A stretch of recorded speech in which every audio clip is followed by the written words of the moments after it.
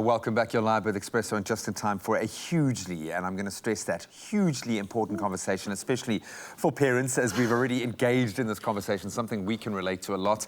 No child is exactly the same. We have proven this on the show. And what might work for one in creating bedtime routines might just not work for another. So this morning, we're going to chat to Yolandi Becker, who is the Managing Director of Good Night, a child sleep consultancy that teaches babies how to sleep better, and hopefully parents to boot, and about the importance of establishing a sleeping routine for your little one, especially during lockdown, which has thrown us all out of whack. And if you guys at home are struggling like Jamie and I, give us a call right now.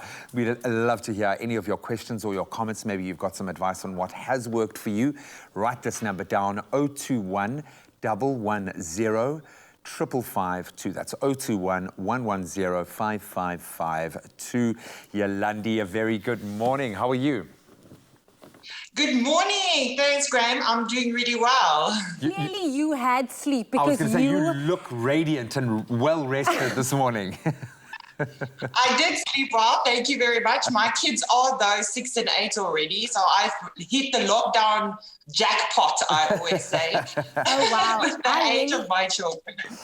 Yolandi, I really envy you so much right now because like G said, both him and I are currently fighting a routine. I have an 18-month-old baby and just trying to get him into a routine right now from being, a toddler, from being an infant. He was really good with a sleep routine. Now we're finding, with lockdown, there's a lot of pressure. But let's start right at the beginning, Why is having, just a healthy sleep routine particularly important for a child's well-being and development? So especially at 18 months, it does make a very big difference, especially a routine, because babies and children do not actually have any sense of time. So imagine your whole day without a watch, but you have to be at certain places at a certain time. So actually having a routine helps them to signal their day and what is coming so that there's less uncertainty. And of course, having good sleep then puts them in a better mood. The growth hormone is actually secreted during sleep. So overall, it's a very important thing for them to sleep, but also to have a good routine. So when should we start the sleep training, if you will? When can we introduce that routine, and how do we begin to start training our children to sleep better? So I like that you're using the word sleep training because that's a very controversial kind of topic. Some people seem to think if we're talking about sleep training that we're going to tell you to leave your child to just cry till the next morning. And the reality is when we talk about sleep training, it's about creating those routines and schedules, creating positive sleep associations in order for your child to kind of link those sleep cycles at night. And just like with you two, every child is different. And when a parent needs that assistance, depends on the parent. With my first child, for instance, I was waking up 3 times a night, and it took me 2 years to realize that I'm actually having a problem. My second child, on the other hand, it was one time she was waking up, and I was like, now I need help. So it does depend a lot on the parent and the child. But I always say the sooner you start, the better. Because with, Jamie, with an 18-month-old, it's not just crying anymore. It's, tantrums, screaming to change things. Yolandi, I want to ask you, how important is a diet linked to sleep training? Because a lot of times I find, because I'm also a Google mom sometimes, when I find out, when I want to find out with sleep training, is feeding your child throughout the day and giving them, when they're fuller during the day, does that help with them sleeping longer and also just helping with a routine for sleeping longer at night? So it's a combination. We call those things that you require to have in place, we call it the building blocks of sleep. And those are, nutrition is definitely one of them. And the smaller your baby is, the bigger factor nutrition and hunger is going to play in their sleep because their bellies are still pretty small. But you also want to look at routine and schedule during the day. You want to look at bedtime routine, and you want to look at having the right environmental factors in place as well. And like I mentioned earlier, creating those positive sleep associations. And we're going to be quite self-indulgent now because Jamie is battling with night feeds. That kind of seems to be at the core of hers with her 18-month-old. My 3-year-old, on the other hand, we managed to train him out of needing to be fed at night, which was a breakthrough. But now he is waking up at night at least once and wanting one of us there to go back to sleep. How do we address something like that, the disruption in their sleep routine when they get a little bit older? And trust me, a 3-year-old can be quite an unmanageable thing at 3 in the morning when he really wants his way. So how does that idea of training evolve the older a child gets? And what would you suggest in my case? Okay, so for you, Graham, with a 3-year-old, I agree with you. I don't actually know why they call it terrible 2s. For me, 3s was much worse Tyrannical than 2s. 3s, yeah. No.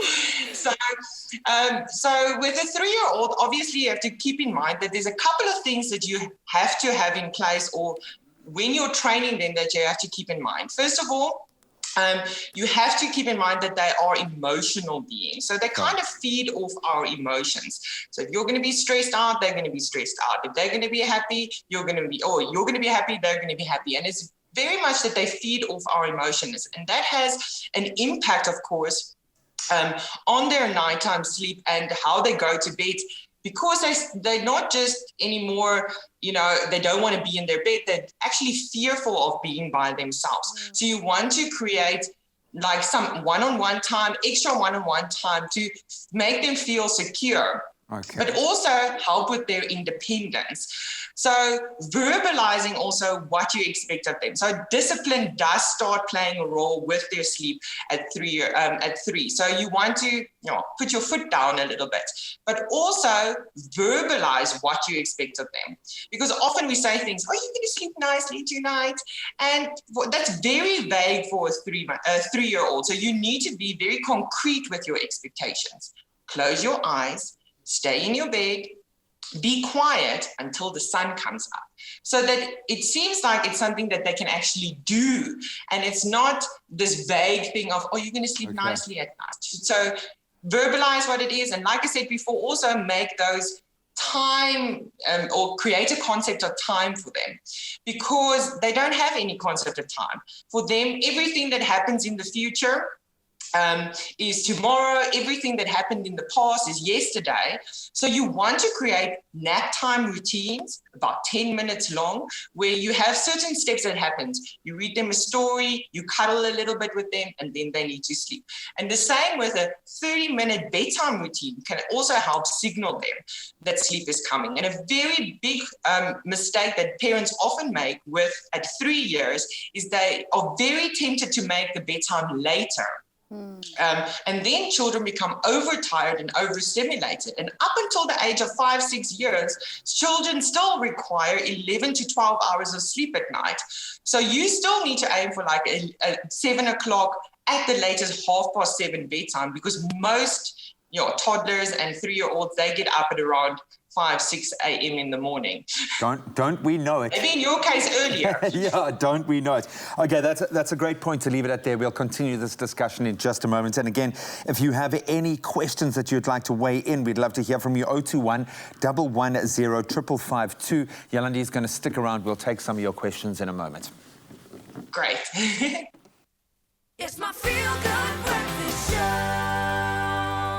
Welcome back, everybody, to your Feel Good Breakfast Show right here on SABC3. Now, earlier in the show, we discussed the importance of creating, a healthy sleeping routine for your child and the benefits that it has on their development. Now, we're continuing the conversation now with Yolandi Becker, who's the Managing Director of Good Night, a child sleep consultancy that teaches babies how to sleep better. Yolandi, thank you so much for staying with us this morning. I mean, G and I have literally not gotten up from this chair because we're just keeping this conversation going, because it really is a big adjustment for so many, especially for babies, but also on the parents, just to adjust to a sleeping routine and getting them into a sleeping pattern. Yolandi, maybe we should call it training the parents, because I don't know if it's the children that need the training so much, but I'm beginning to learn, because I've also got a 3-month-old baby, and I think that has a big part to play in terms of what you were saying about the one-on-one time with Jack now is obviously diminished, because there is a lot more focus on, there's that gorgeous little thing. She has no trouble sleeping, as you can see, but there's big big brother and baby together on screen right now, but that in itself has been an adjustment. And of course, consistency has gone out the window, and I think that's a big problem. Why is consistency so important when it comes to establishing sleeping patterns for babies and for young children? Okay, so we've already mentioned that, of course, small children have no concept of time. So, of course, consistency helps to kind of create those signals of when sleep is coming or what next is coming. Because in this complex emotions that they're having, it gives them some certainty and predictability in their day. But of course, as well, a very big factor and why it's important is their internal clock. We call it a circadian rhythm, and we all have it. And this is set. It's set according to night and daytime, light and darkness, temperature. So that internal clock in your child is set, and you need to have a day or a routine according to their circadian rhythm. You can see that with people who have shift work, that they really have difficulty actually adjusting to the changes in time because it's not natural to their body. Preach it, sister. Now Preach let's speak about the effects. What actually affects a child's sleep, and what should we as parents be aware of? Okay, once again, I've mentioned it before, is that we call it the building blocks of sleep. So you want to have a routine and schedule, which is flexible during the day, of course. We're working here with children, not with robots. So you need to have a little bit of flexibility in your day and follow what we call a sleep, feed, play schedule during the day with age-appropriate awake times. You want to have the easiest and quickest and best way is to have a bedtime routine that is not too late and not too long. And then, of course, environmental factors, also easy to change. Make it as dark as possible in your child's room, especially in your baby's room. With a 3-year-old, of course, it can be a little bit different because fear of the dark can actually start playing a role. But then you're going to have just a small nightlight for them, but also to create a sleeping environment, a sleeping space with no toys in their bed because it's for sleeping, not for playing. And then, of course, like I mentioned before, creating those positive sleep associations. When do we need to call you? When do we reach a point where we and I say this because I think yeah, exactly. We've both gotten a huge amount just out of this brief chat, but at what point should we draw a line as parents and say, okay, it's time to bring in the experts? So bad sleep is different for every parent, and it depends sometimes on how many children you are. So if you're not coping and you're struggling, you need to get in the experts. And we really have a very comprehensive process that we follow. But I always say the sooner, the better. And we go through a whole process of, getting to know the parent. So if you want to do it in a responsible way, because it's easy to Google and to read books and everything, but we actually send a 10-page questionnaire to parents to get a very holistic, overview of what the situation is. And then we custom make a plan for the family. So it's not for another child, it is for that family that we're making the plan, age appropriately. And then the most important part of what we do is giving them support. And that's when you need us, is if you are wondering, is my child hungry at night? Are they cold at night? And you're not sure what's going on. Let us make it easy for you, because we will be there for 2 to 3 weeks of the process to help you to implement the plan. Yolandi, I just think that you've become my best friend right now. I think I'm going to put your number on speed dial because so many useful tips that you've been giving us. So thank you so much, Yolandi, from Good Nights, for all your information this morning. It's a pleasure. It was really great chatting with you guys, and I'm glad that I could help a little bit. Go and have a wonderful, energized day after all of the sleep you've been having. But of course, Thank you so much. You can get that resource. Goodnightbaby.co.za is a great place to start. Speak to the experts if you are pulling your hair out, unable to find that sleep routine for your child and, of course, for yourself. It's so important for a young child, for a baby, to have that for their development, for their own mental and holistic well-being as well. So it's worth finding out what's gone wrong and finding out how to fix it.